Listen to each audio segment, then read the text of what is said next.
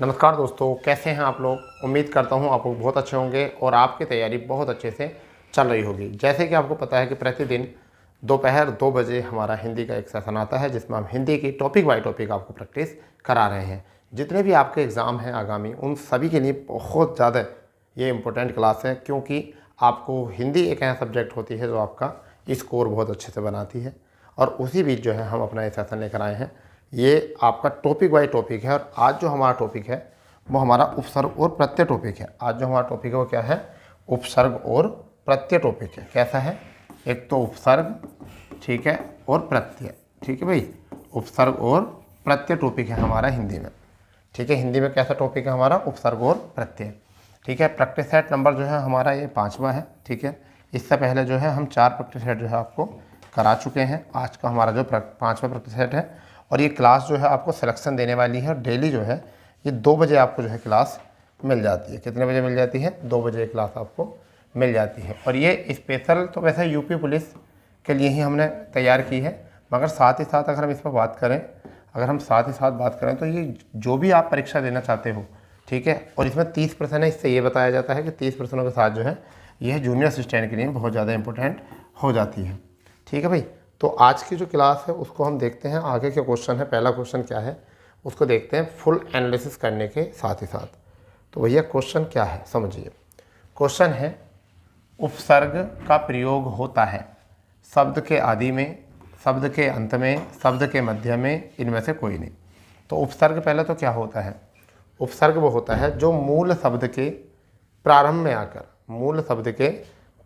आकर उसके अर्थ को परिवर्तित कर दे, उसके अर्थ में विकार ला दे, उसके अर्थ में परिवर्तन कर दे, उसके अर्थ में विशिष्टता ला दे। यानी कि उपसर्ग क्या होता है? अगर हम बात करें तो उपसर्ग होता है मूल धातु या मूल शब्द के प्रारंभ में लगकर उसके अर्थ में विकार परिवर्तन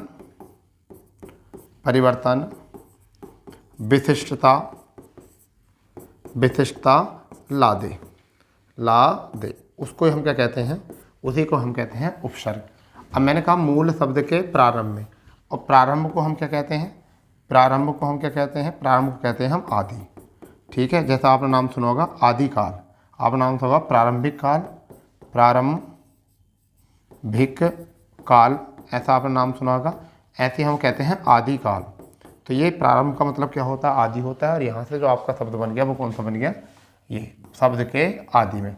जबकि शब्द के अंत में जो लगता है वो क्या लगता है? वो लगता है प्रत्यय। ठीक है, शब्द के अंत में क्या लगता है? प्रत्यय। अब उपसर्ग जो है वो क्या होता है? उपसर्ग की परिभाषा उप प्लस के सर्ग। ठीक है, उप माने होता है पहले, ठीक है, या छोटा निकट। ठीक है, सर्ग का मतलब होता है सृष्टि करने वाला, सृष्टि करना, समीप आना। ठीक है, ये वाली चीज़ें जो है ये उपसर्ग कहलाती हैं। तो ये आपका पहला विकल्प जो है इसका सही हो चुका है। इसके बाद हम बात करते हैं दूसरे क्वेश्चन की तरफ। बहुत प्यारा क्वेश्चन है, बहुत ही प्यारा क्वेश्चन है। देखिए क्या है, जो धातु या शब्द के अंत में जोड़ा जाता है उसे हम क्या कहते हैं? समास, अव्यय, उपसर्ग, प्रत्यय। तो मैं आपको बताता हूँ समास क्या होता है। 2 या 2 से अधिक शब्दों के मिलने से बनता है।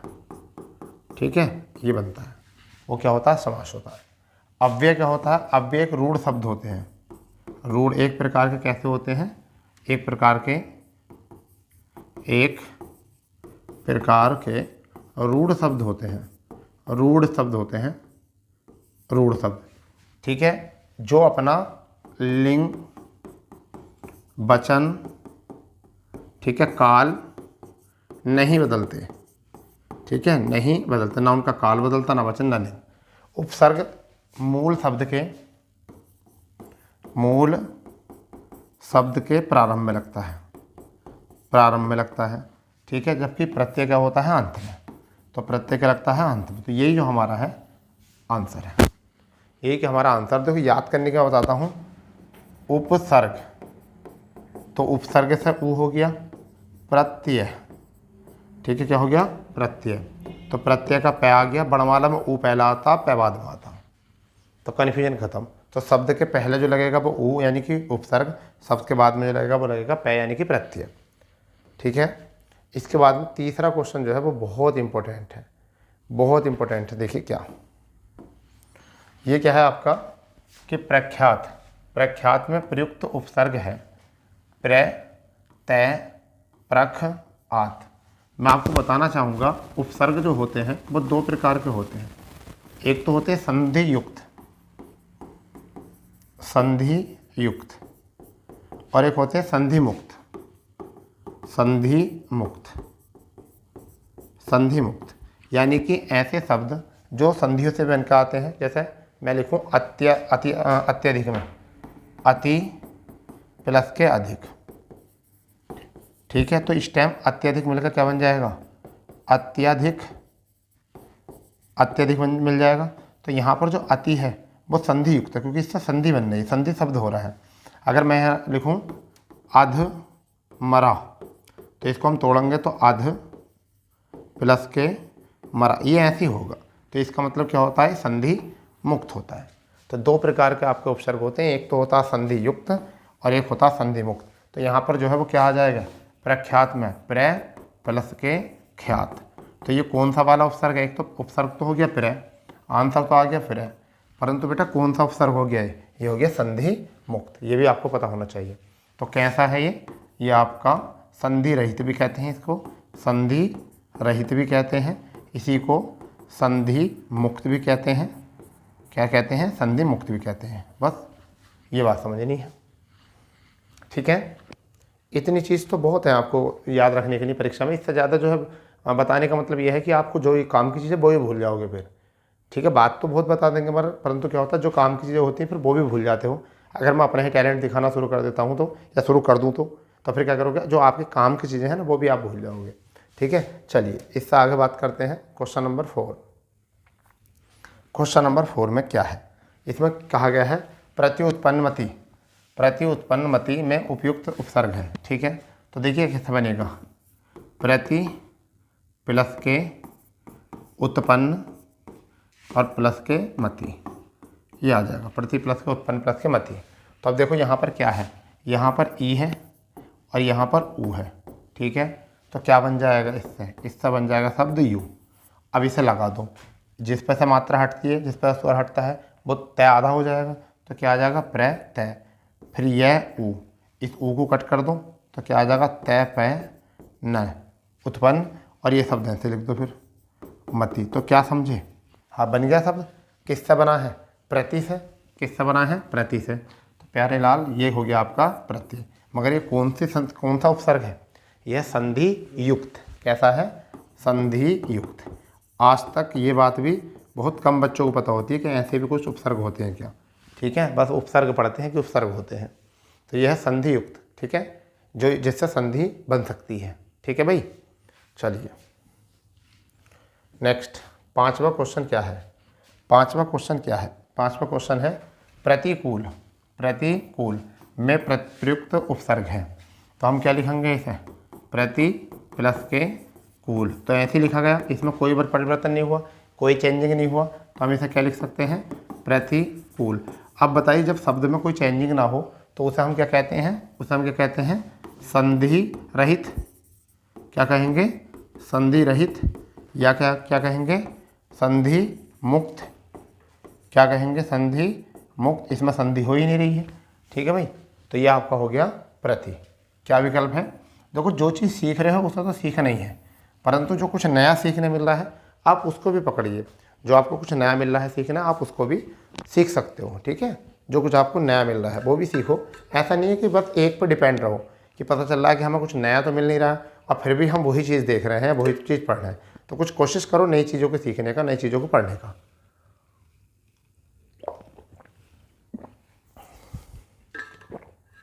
ठीक है। चलिए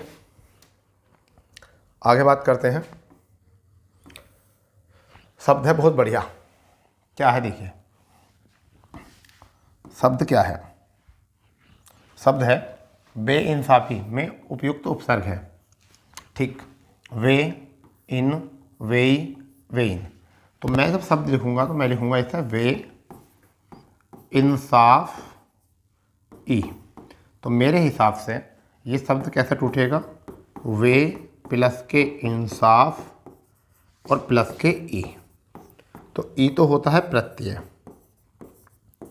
और वे होता है उपसर्ग, उपसर्ग, और ये होता है मूल शब्द, मूल शब्द। तो इसमें उपसर्ग भी है, इसमें प्रत्यय भी है। हमसे क्या पूछा है? उपसर्ग। तो हमारा उपसर्ग क्या आ गया? वे। ठीक है, और वे कौन आ गया? ये। अब ये कौन सा हो गया वे? ये कौन सा उपसर्ग हो गया? ये हो गया संधि युक्त, सॉरी संधि मुक्त, संधि मुक्त। ठीक है, बस इतना सा काम करना है। तो बेइंसाफी हो गया, बेईमानी हो गया, बेईमानी हो गया। इसमें भी क्या है? उपसर्ग भी है वे। ठीक है, और ई भी, ई क्या है? प्रत्यय है। ठीक है, ईमानदारी हो गया, ईमानदारी हो गया। इसमें दो उपसर्ग हैं, ईमान शब्द होता है, ईमान दो प्रत्यय हैं, दार प्लस के ई, दार प्लस के ई। स्वतंत्रता शब्द होता है, स्व प्लस के तंत्र प्लस के ता। तो यहाँ पर क्या आ जाएगा? स्व तो हो जाएगा उपसर्ग, तंत्र हो जाएगा मूल शब्द, और ता हो जाएगा प्रत्यय। तो सब चीज़ें जो हैं तैयार होनी चाहिए आपकी, बिल्कुल। ठीक है, 7वां क्वेश्चन है, ये बढ़िया क्वेश्चन है, ये क्वेश्चन है बढ़िया। देखो ये क्वेश्चन बढ़िया है। 7वां प्रश्न क्या है? 7वां प्रश्न है चिरायु में उपयुक्त उपसर्ग है ची, चिर, यू, आयु। ठीक है, तो देखिए ये कैसा है? चिरायु बोला है ना, चिरायु। तो यहाँ पर हम इसे ऐसे लिखेंगे चिर प्लस के आयु। ठीक है, ऐसे लिखा जाएगा। और क्या हो जाएगा? आर ए के साथ इसकी हितपूर्ति कर देगा, तो ये बन जाएगा चिरायु। तो इस टाइम पर कुछ परिवर्तन हुआ है, परिवर्तन हुआ है। और इस टाइम ये क्या है? ये चिर उपसर्ग है, चिर उपसर्ग है। और चिर उपसर्ग कैसा है? संधि, संधि युक्त, संधि युक्त। इस तरीके से याद रखना है। ठीक है, इस तरीके से इसको बनाकर रखना है याद। ठीक है, चीज़ें तो यही है। अगर आप चाहते हो कि इस तरीके से सीखना है तो यही चीज़ें सीखनी है। ठीक है, 8वां क्वेश्चन क्या है? ठीक है, ये बढ़िया क्वेश्चन है। ठीक है, बढ़िया क्वेश्चन है। अब अनंग में उपयुक्त उपसर्ग है, अनंग में उपसर्ग। तो पहला उपसर्ग अंग, अन, अन, ए, अनन। तो देखिए अनंग, अब देखो इसमें क्या आ जाएगा? अन हलंत आ जाएगा और प्लस के अंग आ जाएगा। ठीक है, तो ये क्या हो गया? मूल शब्द। ये क्या आ गया? मूल शब्द। क्या आ गया? मूल शब्द अंग। और अन क्या आ गया? अन आ गया उपसर्ग। और कौन सा वाला उपसर्ग है? संधि युक्त। मैं बार बार इसलिए बता रहा हूँ कि आपका जो परीक्षा में पूछेगा ना, ये ऐसे पूछेगा निम्न से कौन सा संधि युक्त है, कौन सा संधि मुक्त है।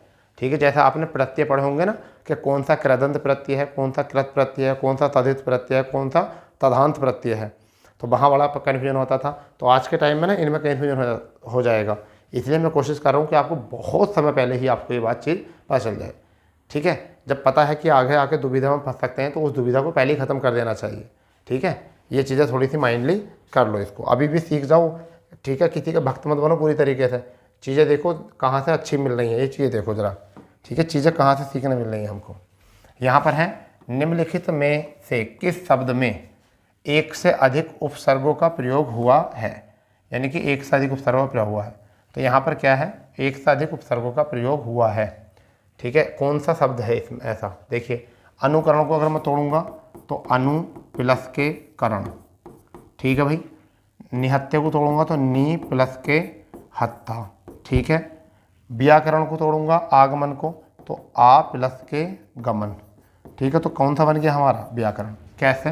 देखो बी प्लस के आ प्लस के करण, बी प्लस के आ प्लस के करण। ठीक है भैया, तो आप समझो जरा कैसे टूटेगा। इसका ई तो बै हो जाएगा हलंती और इसका आ, ठीक है, और ये हो जाएगा करण। अभी तो मैं बिल्कुल ओपन कर रहा हूँ, बिल्कुल सही बात। अब देखो वै तो ऐसे ही रहने दो हलंती, ई और ऐसे क्या बन जाएगा, या बन जाएगा, और करण पूरा लिख दो, ठीक है, करण पूरा लिख दो तो क्या बन गया, व्याकरण। अब बताओ कैसा रहा, ये था।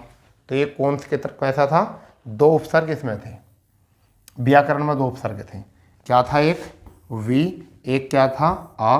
दोनों ही कैसे थे, संधि, कैसे थे दोनों, संधि युक्त। ठीक है भाई, इसमें कन्फ्यूजन हो सकता था बच्चों को, कहते हैं सब में एक है, विया करते, और बिया बहुत बुरी चीज़ है, अगर बिया करते तो, समझ गए नहीं। तो ये है विया, विया प्लस के करण। तो ये तो गलत होता है, तो कोई उपसर्ग होता ही नहीं है, इसलिए ऐसे समझो ही मत। तो मैंने आपको बता दिया अनुकरण, ठीक है, निहत्ता, ठीक है, आगमन, ठीक है। तो ये तो होते हैं सब एक एक वाले, और ये जो होता है व्याकरण, इसमें कितने होते हैं, दो उपसर्ग होते हैं, एक से अधिक होते हैं, ठीक है। चलिए 10वां क्वेश्चन क्या है, 10वां क्वेश्चन क्या है, अनुवाद में प्रयुक्त उपसर्ग है। तो अनु, अब, ए, अन। तो ये तो सिंपल है, अनु प्लस के बाद तो हमारा क्या आ जाएगा, अनु हो जाएगा। ये तो सिंपल था, बहुत सिंपल रखा था, ठीक है। चलिए 11वां क्वेश्चन अच्छा है, 11वां क्वेश्चन अच्छा है, क्या है, यहाँ देखिए, निम्नलिखित में से किस शब्द में एक से अधिक उपसर्गों का प्रयोग हुआ है। सेम, अनुसार, अनुभव, अनुसंसाधन, सुव्यवस्थित। तो देखिए अनु प्लस के सार हो गया, अनु प्लस के भव, ये भी हो गया, अनुसंधान में भी अनु हो जाएगा, ठीक है। अब यहाँ पर आया सुव्यवस्थित, सु प्लस के वी प्लस के अवस्थित, ये बन जाएगा, ठीक है। तो अब इसमें और भी तोड़ सकते हैं हम, एक तो सु हो गया, एक वी हो गया, एक अब हो गया, और अब हो गया स्थित, स्थित। तो ये तो हो गया मूल शब्द स्थित। अब यहाँ पर सु वी अब तीन उपसर्ग हो गए, तो कितने उपसर्ग हो गए, तीन उपसर्ग, तीन उपसर्ग हो गए, इसमें तीन उपसर्ग हो गए, कितने, तीन। कई बार किसी भी क्वेश्चन को देख कर, किसी शब्द को देख कर ना आपको ये पूछा जा सकता है इसमें कितने उपसर्ग हैं। तो इसलिए आपको ना सबसे पहली बात है उपसर्ग आने चाहिए निकालने, आपको सबसे पहले उपसर्ग। तो जैसे यहाँ पर सु भी है, वी भी है और अब है, तीनों उपसर्ग भी होते हैं, ये भी याद रख लेना है, क्योंकि कई बार ना चीज़ें बिगड़ जाती हैं, ठीक है, एग्जाम में जाकर, ठीक है, हमें याद नहीं रह पाता है, ठीक है। नेक्स्ट है 12वां क्वेश्चन, प्यारा क्वेश्चन है, अच्छा क्वेश्चन, बढ़िया क्वेश्चन, बिंदास क्वेश्चन है। यहाँ पर पूछा है निम्नलिखित में से किस शब्द में एक से अधिक उपसर्ग प्रयोग हुए हैं, ठीक है। अज्ञान, तो यहाँ पर क्या आया है, ए प्लस के ज्ञान, ठीक है। अब यहाँ पर देखो प्रति आया है, प्रति आया है, ठीक है, प्रति प्लस के उप आया है, प्लस के कार, ठीक है। तो यहाँ पर देखते हैं दुर प्लस के गम, ठीक है। यहाँ पर सु प्लस के जन, सु माने अच्छा होता, जन से क्या हो जाता है, सु अच्छा व्यक्ति, ए मतलब ज्ञान, जैसे ज्ञान ना हो, ठीक है। दूर प्लस गम, जहाँ पहुँचाना जा सके। अब यहाँ पर प्रति प्लस के उपकार, तो यहाँ पर एक तो आ जाएगा प्रति आ जाएगा, और एक आ जाएगा आपका उप। तो इन दोनों को जो है उप क्या कहते हैं, उपसर्ग कहते हैं। अब ये शब्द कैसा बना होगा, ध्यान दो, मैंने यहाँ पर लिखा है प्रति, ठीक है, फिर लिखा है उप, फिर लिखा है मैंने कार, ध्यान दो, यहाँ पर ध्यान दो सीधे, ठीक है। तो यहाँ पर क्या है, ई है, इसका ई ख़त्म कर दो, यहाँ ऊ है, ठीक है। तो इसका क्या बन जाएगा, ई और ऊ का क्या बन जाएगा, यू, यू बन जाएगा, ठीक है। बस, तो ई आ गया, ऊ आ गया, तो इसलिए बन गया यू, ठीक है, और कुछ नहीं था। चलिए नेक्स्ट 13वां क्वेश्चन है, 13वां क्वेश्चन है आपका, निम्नलिखित में से किस शब्द में उपसर्ग का प्रयोग नहीं हुआ है, ठीक है। कुख्यात, ठीक है, हुआ है, कु प्लस का, कुचैला, कुचाल थोड़ी, ये भी हुआ है, कुलीन, कुलीन, तो इसमें नहीं हुआ, क्योंकि लीन कोई शब्द नहीं होता, लीन कोई शब्द नहीं होता, इस वजह से यहाँ पर प्रयोग नहीं हुआ, ये पूरे शब्द का अर्थ होता। भाई उपसर्ग ये भी तो बोलता है कि वो मूल शब्द भी तो बचना चाहिए, समझ गए, तोड़ने के बाद में मूल शब्द भी तो बनना चाहिए। तो ये यहाँ पर कुलीन में नहीं है, कुयोग में भी होता है। देखो ख्यात माने प्रशंसा, ठीक है, चाल माने गति, योग माने जो है जोड़, ठीक है। अब यहाँ पर लीन माने कुछ नहीं है, ठीक है। 14 क्वेश्चन में क्या है, निम्नलिखित में से किस शब्द में उपसर्ग का प्रयोग नहीं हुआ है। अच्छा, उपसर्ग का प्रयोग नहीं हुआ है, तो यहाँ पर है प्र प्लस के सन्न, ठीक है, फिर है प्रति प्लस के अष्ट, तो क्या हो जाएगा अधि प्लस के कार, तो सम प्लस के कार तो प्रसन्न में नहीं है, किसमें नहीं है, प्रसन्न में, क्योंकि प्रसन्न में प्र लग करके सन्न कोई शब्द नहीं होता, ठीक है। चलिए 15वां क्वेश्चन जो है वो बहुत प्यारा क्वेश्चन है, बहुत प्यारा क्वेश्चन है। इसमें कहा गया निम्नलिखित में से किस शब्द में उपसर्ग का प्रयोग नहीं हुआ है, ठीक है। सु प्लस के कर्म का अर्थ होता है, ठीक है। ए प्लस के धर्म अर्थ होता है, ठीक है, ये भी हो गया, ये भी हो गया।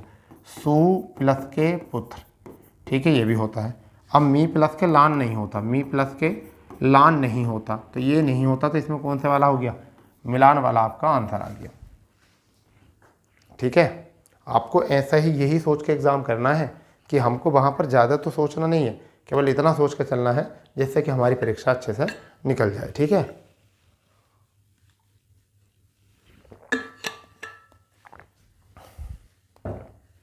चलिए कोई बात नहीं, इससे आगे देखते हैं क्वेश्चन नंबर 16। क्वेश्चन नंबर 16 क्या होता है, हिंदी में कृत प्रत्ययों की संख्या कितनी होती है, 28, 30, 42 या आपका 50। तो इसमें कितनी होती है, 42 होती है। कितनी होती है, 42। तो देखिए कृत प्रत्यय क्या होते हैं, एक तो होते हैं कृत और एक होते हैं तद्धित, एक तो होते हैं कृत और एक होते हैं तद्धित, ठीक है। कृत प्रत्यय जो होते हैं क्रिया या धातु के अंत में लगते हैं, क्रिया या धातु के अंत में लगते हैं, उसे कहते हैं कृत प्रत्यय। फिर इससे बनने वाले शब्द को क्या कहते हैं, बनने वाले शब्द को क्या कहते हैं, क्रयदंत कहते हैं, क्या कहते हैं, क्रयदंत। तद्धित प्रत्यय क्या होते हैं, सर्वनाम, संज्ञा, विशेषण के अंत में लगते हैं, इनसे बनने शब्दों को क्या कहते हैं, तद्धितांत, क्या कहते हैं, तद्धितांत कहते हैं। बस ये काम करना है, ये याद रखनी है, ये सीधे सीधे परीक्षा में आता है कि क्रिया के अंत में, धातु के अंत में लगने वाले को क्या कहते हैं, कृत प्रत्यय कहते हैं, और उनसे बनने वाले शब्दों को क्या कहते हैं, क्रयदांत कहते हैं। इसी प्रकार से तद्धित में होता है सर्वनाम, संज्ञा, विशेषण के अंत में लगने वालों को क्या कहते हैं, तद्धित प्रत्यय कहते हैं, और इनसे बनने वाले शब्दों को क्या कहते हैं, तद्धांत कहते हैं, क्या कहते हैं, तद्धांत। नेक्स्ट क्वेश्चन, अरे वाह, ये तो फिर वही क्वेश्चन आ गया जो अभी समझाया है, देख लीजिए, अभी समझाया था आपको। क्रयदांत प्रत्यय किस शब्दों के अंत में लगते हैं, संज्ञा, सर्वनाम, विशेषण, क्रिया। नहीं होता, तो क्या होता है, सही आंसर क्रिया होता है। जैसे पढ़ प्लस का ना, तो क्या बन गया, पढ़ना, ठीक है। तो पढ़ होती है धातु, और धातु के बाद में क्या लग गया, प्रत्यय ना, ठीक है, प्रत्यय का क्या हो गया, ना। मैं यहाँ पर एक नोट बात करके लिखाऊंगा, मैं एक नोट करके बात लिखाऊंगा, अब उस बात को नोट करके लिख लो। उपसर्ग का स्वयं भी अर्थ होता है, जबकि प्रत्यय का स्वयं कोई अर्थ नहीं होता, वो किसी शब्द के साथ ही अर्थवान होता है।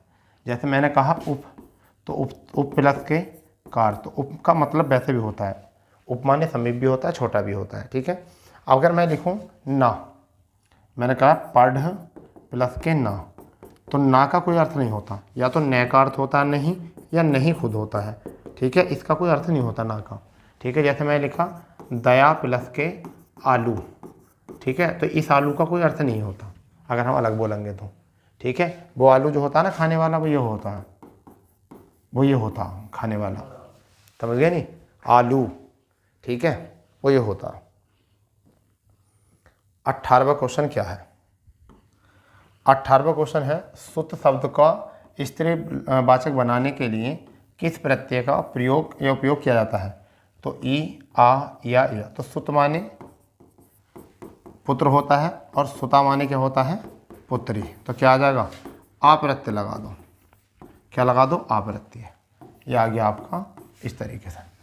फटाफट करो इसको, फटाफट, ठीक है। 19वां क्वेश्चन क्या है? 19वां क्वेश्चन है आपका, निम्नलिखित में से कौन सा शब्द कृदंत प्रत्ययों से बना? देखो आ गया ना, तो रंग प्लस के ईला, ये प्रत्यय है। तो रंग क्या होता? विशेषण, ऐसा समझो, क्या होता है? विशेषण।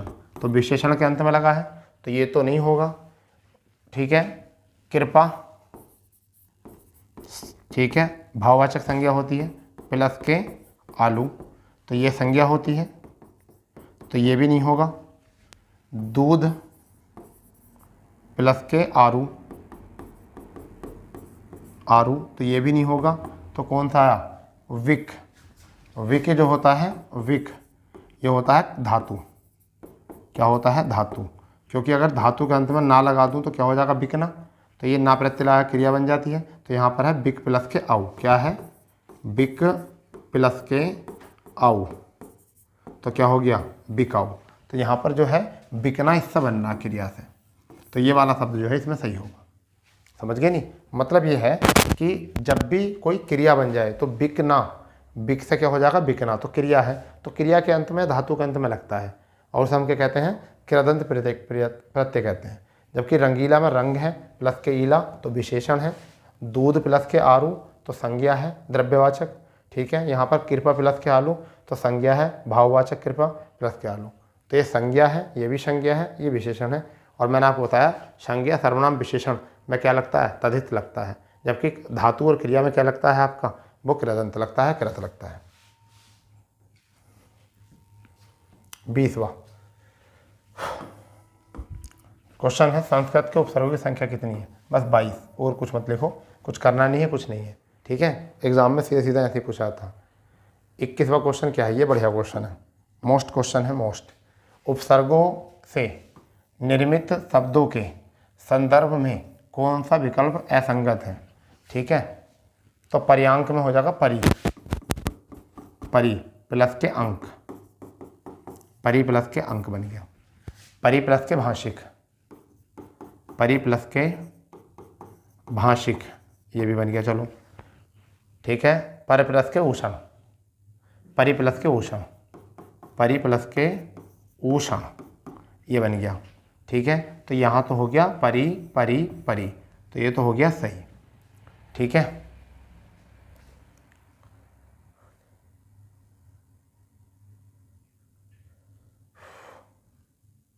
अब यहाँ अनसुना, अनसुईया, अनधिकार और अनशन, यहाँ पर अनु क्या आ जाएगा? यहाँ अन आ जाएगा, यहाँ आ जाएगा प्रति प्रति प्रति,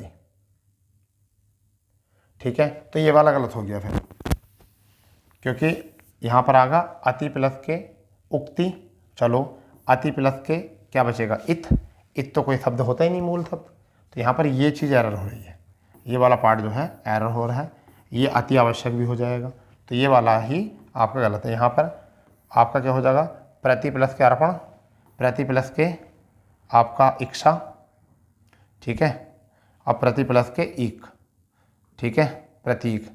तो यहाँ पर कौन सा वाला हो गया? ये वाला हो गया, बी। चलिए 22वां क्वेश्चन कुछ ऐसा ही है, 22वां क्वेश्चन कुछ ऐसा ही है। प्रत्यय की दृष्टि से असुमेलित विकल्प का चयन कीजिए, ठीक है। तो बेस्ट ये सही है, ठीक है। ऐश्वर्य है, रे पर हलंत होना चाहिए, चलिए तो अब ये ठीक है। और आपका संवार्धक्य, तो यहाँ पे भी आ जाएगा क्या है, तो चलो वो मिलकर बन जाएगा। यहाँ पर है भागिनी, तो यहाँ पर ई आ रहा है, यहाँ ए है, तो ई से ए, तो ए का तो निर्माण होगा नहीं, ठीक है। तो ए का निर्माण नहीं होगा, यहाँ ए है, देखो ए की मात्रा, तो यहाँ पर क्या है, ई है और ये है, तो यही वाला पार्ट जो है वो क्या है, हमारा एरर है, यही वाला पार्ट हमारा एरर है। समझ गए? इस तरीके से देखना था, ए विकल्प जो है हमारा गलत है। 23वां क्वेश्चन बहुत प्यारा क्वेश्चन है। 23वां क्वेश्चन बहुत प्यारा क्वेश्चन है, खूब आता है। निम्नलिखित में से किस में इक प्रत्यय नहीं है? तो देव प्लस के इक, तो क्या हो जाएगा, देविक। तो इसमें भी इक आ गया, ठीक है, क्या आ जाएगा, देविक। तो इसमें इक प्रत्यय है, इसमें सामाजिक में भी इक प्रत्यय है, भूमिक में भी इक प्रत्यय है, जबकि पाक्षिक में इक प्रत्यय नहीं है। पाक्षिक है ये, लिखो, ये होता अगर पाक्षिक अगर होता तब तो इसमें इक प्रत्यय होता, ठीक है, तो ये तब तो सही था, मगर अब क्या है, ये गलत है। क्यों है? ये पाक्षिक है और पाक्षिक में कोई प्रत्यय नहीं होता। समझ गए नहीं? पाक्षिक में कोई प्रत्यय नहीं होता, ये पाक्षिक है, अगर होता पाक्षिक, ठीक है, तब ये भी सही था, मगर यहाँ गलत क्या है, पाक्षिक लिखा हुआ है। ठीक है भाई। 24वां क्वेश्चन क्या है? पढ़ने वाले में से किस प्रकार का, इन पढ़ने वाले में किस प्रकार का प्रत्यय लगा है? कृदंत प्रत्यय, तद्धित प्रत्यय, देशज प्रत्यय, विदेशज प्रत्यय। तो पढ़ने वाला क्या होता है, संज्ञा। क्या होता है पढ़ने वाला? संज्ञा होता है। कोई तो व्यक्ति होगा पढ़ने वाला, तो वो संज्ञा होगा किसी प्रकार की, और संज्ञा क्या होती है हमारी, वो तद्धित प्रत्यय होती है। संज्ञा सर्वनाम यानी क्या होती हैं, संज्ञा सर्वनाम विशेषण क्या होते हैं, ये सब क्या होते हैं भाई, ये सब क्या होते हैं, ये होते हैं हमारे तद्धित। बस दैट्स ऑल। 25वां क्वेश्चन क्या है? बहुत बढ़िया भाई,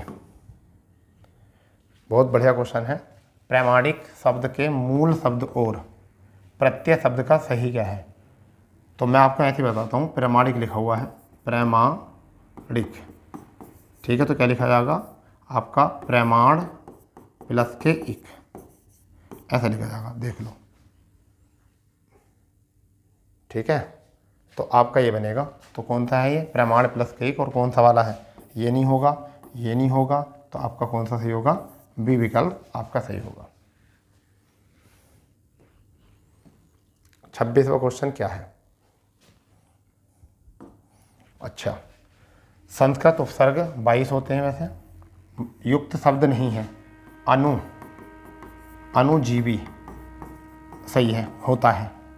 अप बुरे को बोलते हैं, अप शब्द, बुरे शब्द मत बोलो, ये भी होते हैं। लाचार नहीं, ये तद्भव होता है, क्या होता है, तद्भव होता, तो ये नहीं होगा, देशज होता, सॉरी, तो ये जो है आपका नहीं होगा। तो हमारा कौन सा आंसर आ गया, लाचार, जबकि प्रकर्ष भी होता है। तो तीनों होते हैं, इसमें कौन सा नहीं होगा, लाचार नहीं होगा। ठीक है, इस तरीके से आपको पहचानना था। नेक्स्ट 27वां कौन देशज प्रत्यय का उदाहरण है? देखो, उदाहरण नहीं है, फर्राटा देशज का है, अड़ियल देशज का है, घुमक्कड़, उच्चतर नहीं है। उच्चतर कैसा है, संस्कृत का, संस्कृत का है, कैसा है, संस्कृत का उच्चतर। बस 28वां क्वेश्चन क्या है? 28वां क्वेश्चन है, प्रत्यय रहित शब्द है, मर्मज्ञ, मर्मज्ञ बोला है, तो इसे लिखते हैं हम मर्म प्लस के ज्ञ, ये तो होता प्रत्यय। वैज्ञानिक, तो विज्ञान प्लस के इक, विज्ञान प्लस के इक, ये भी होता है। कृपा प्लस के आलू, कृपा प्लस के आलू, तो ये भी होता है। जबकि अनु प्लस के बाद, यहाँ प्रत्यय नहीं होता, ये उपसर्ग होता है। ये क्या होता है, उपसर्ग, अनु माने उपसर्ग होता है। ठीक है, तो ये जो है हमारा अलग हो गया, ये हो गया अलग, अनु उपसर्ग होता है। ठीक है, बाद माने झगड़ा होता है, वाद विवाद नहीं कहते, तो झगड़ा तो ये शब्द मूल शब्द हो गया बाद। तो ये भी पहचानना है, कभी ये सोच लो कि जो बाद में बचा हुआ होता वही होता, अनु का कोई अर्थ नहीं होगा फिर बाद में, वैसे अगर मूल शब्द बात को कैसे बना दोगे शब्द को। ठीक है, प्रत्यय। ठीक है भाई, चलिए आगे बात करते हैं। 29वां प्रश्न क्या है? 29वां प्रश्न बहुत प्यारा प्रश्न है। वो प्रश्न है आपका, जो प्रत्यय धातु के अतिरिक्त संज्ञा सर्वनाम विशेषण के अंत में लगता है उसे क्या कहते हैं? बढ़िया देखिए, कृत प्रत्यय क्या होता है? कृत प्रत्यय जो होता है मैं आपको बताता हूँ। कृत प्रत्यय जो होता है वो आपका होता है केवल क्रिया या धातु के अंत में लगता है। ठीक है, इसे हम क्या कहते हैं? कृत कहते हैं। क्या कहते हैं? कृत। इससे बनने वाले शब्दों को क्या कहते हैं? बनने वाले शब्दों को जो कहते हैं हम क्या कहते हैं? इसे हम कहते हैं कृदंत। कृदंत कहते हैं, इसे कहते हैं कृदंत। इसी प्रकार से ये तो हो गए एक से। तद्धित प्रत्यय क्या होता है? संज्ञा सर्वनाम, ठीक है, विशेषण। ठीक है, विशेषण। इन्हें हम क्या कहते हैं? इन्हें कहते हैं, इनके अंत में जो लगता है तो उसे हम क्या कहते हैं? तद्धित प्रत्यय कहते हैं। जबकि इनसे बनने वाले शब्दों को क्या कहते हैं? शब्दों को कहते हैं क्या बोलते हैं? तद्यांत।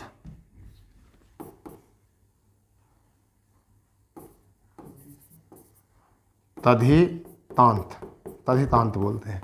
अब हमें बताना है कि सर्वनाम विशेषण के अंत में लगने वाले प्रत्यय तो कौन से होते हैं? तद्धित प्रत्यय होते हैं। हमारा ये आंसर है। आंसर हमारा सी है। ठीक है, अंतिम प्रश्न आज के प्रैक्टिस सेट का क्या है? कौन सा उपसर्ग आचार शब्द से पूर्व लगाने पर उसका अर्थ बदल जाएगा, जुल्म हो जाएगा? ठीक है, तो अगर अति लगा दूंगा तो अति क्या हो जाएगा? अत्याचार हो जाएगा। देखो, अति प्लस के आचार तो क्या आ जाएगा? आचार। अत्याचार किसे कहते हैं? जुल्म को कहते हैं। जुल्म को कहते हैं। तो कौन सा है हमारा? अति। और अति कौन सा है हमारा? ए विकल्प।